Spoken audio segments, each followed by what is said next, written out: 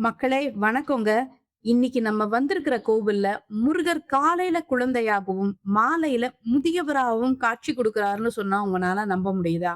750 வருஷங்களுக்கு முன்னாடி வணிகர்களுக்கு முருகன் பாடம் கத்துக் கொடுத்த இடம் கூட இங்கதாங்க.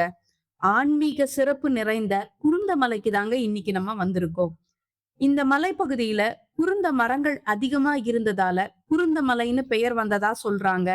இன்னொரு ஐதீகம் என்னன்னா, அகத்திய முனிவருக்கு முருகப்பெருமான் குருவா இருந்து உபதேசம் செய்ததால இந்த பெயர் வந்ததாகவும் நம்பப்படுதுங்க. கோயிலுக்குள்ள நம்ம நுழைந்த உடனே முதல்ல கம்பீர விநாயகரோட தரிசனம் நமக்கு கிடைக்குங்க.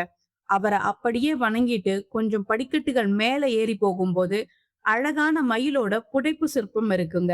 முருகனோட வாகனமான மயில இவ்வளவு அழகா செதுக்கி இருக்கும்போது அதை பார்த்து ரசிக்காமல் நம்மனால இருக்க முடியுமாங்க? அத பார்த்துட்டு அப்படியே நம்ம அடுத்த படிக்கட்டுகள் ஏறும்போது 18ஆம் படி கருப்ப சுவாமியோட சிலை இருக்குதுங்க. அவரை வணங்கிட்டு அடுத்து நம்ம கோவிலை நோக்கி நகரும் போது நாகர்களுக்கென்றே ஒரு தனி சன்னதி இருக்குதுங்க. அங்க இருக்க பெரிய நாகத்தோட புடைப்பு சிற்பம் பார்ப்பதற்கு வித்தியாசமாகவும் அழகாவுமே இருக்குங்க. அடுத்து நம்ம மேல இருக்க கோவிலை அடைந்த பிறகு அங்க சின்னதா ஒரு விநாயகர் கோவில் இருக்குதுங்க. அதற்கு அடுத்தபடியாக எங்கேயுமே நம்ம காண முடியாத பஞ்ச லிங்கங்களோட தரிசனங்கள் ஒரு சேர நமக்கு கிடைக்குதுங்க. அந்த பஞ்ச லிங்கங்களை நம்ம தரிசித்த பிறகு அதற்கு பக்கத்து சன்னதியாகவே அழகான மயில் மேல முருகர் வள்ளி தெய்வானையோட நமக்கு ஒரு காட்சி கொடுக்கிறாருங்க. அவரை மனதார வணங்கிட்டு அடுத்து நம்ம மேல் சன்னதியை நோக்கி நடக்கிறோம். அங்க நமக்கு குருந்தமலை ஆண்டவரோட சிறப்பான தரிசனம் கிடைக்குதுங்க. இந்த கோவிலுக்கு இன்னொரு சிறப்பு என்னன்னாங்க, சுற்றியுமே இயற்கை சூழ்ந்த அமைதியான இடம்.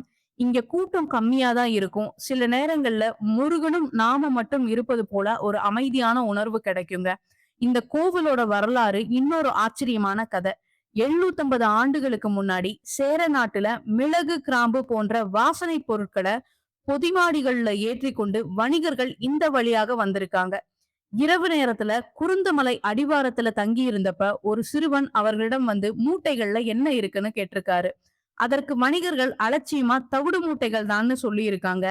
மறுநாள் காலையில எழுந்து பார்த்தபோது மிளகு கிராம்பு இருந்த மூட்டையில உண்மையாவே தவிடு மட்டும்தான் இருந்துச்சுங்க. அப்பதான் அவர்களுக்கு தங்களோட தவறை உணர்ந்து வந்த சிறுவன் சாதாரண சிறுவன் இல்ல, முருகப்பெருமான் என்று புரிந்து மன்னிப்பு கேட்டு வழிபட்டாங்க. பிறகு அதிசயமா மூட்டைகள் மீண்டுமே மிளகா மாறி போனதுங்க. இன்னொரு சிறப்பு என்னன்னா, ஒவ்வொரு ஆண்டுமே மார்ச் 21, 22, 23 தேதிகள்ல சூரியனோட பொற்கதிர்கள் நேரா மூலவர் முருகப்பெருமானோட திருமேனியில விழுங்க. கோவிலுக்கு வெளிய பாத்தீங்கன்னா கோவிலோட பெரிய தேரும் சின்ன தேரும் அதோட நிலையில நிறுத்தி வச்சிருப்பாங்க.